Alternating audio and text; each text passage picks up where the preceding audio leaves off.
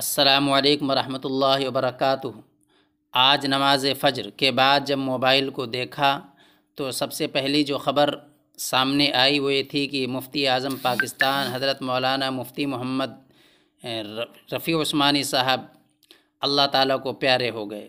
مفتی محمد رفیع عثمانی صاحب مفتی اعظم پاکستان تھے۔ آپ حضرت مولانا مفتی محمد شفیع عثمانی صاحب جو مفتی اعظم پاکستان اور مفتی اعظم دارالعلوم دیوبند تھے، ان کے صاحبزادے تھے، اور مفتی محمد تقی عثمانی صاحب دامت برکاتہم العالیہ کے بڑے بھائی تھے۔ آپ جولائی 1936 کو قصبہ دیوبند میں پیدا ہوئے۔ اس کے بعد آپ نے ہجرت کی اور پاکستان چلے گئے۔ کافی عرصے سے آپ بیمار تھے، اور اس طریقے سے کل 18 نومبر 2022 مطابق 23 ربیع الاول شنبہ کی شب میں آپ نے داعی اجل کو لبیک کہا۔ انا للہ و انا الیہ راجعون۔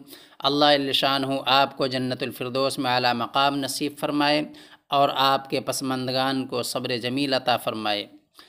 آپ کی جلد ہی انشاءاللہ سوانح اور مختصر حالات چینل پہ جلد ہی اپلوڈ کیے جائیں گے۔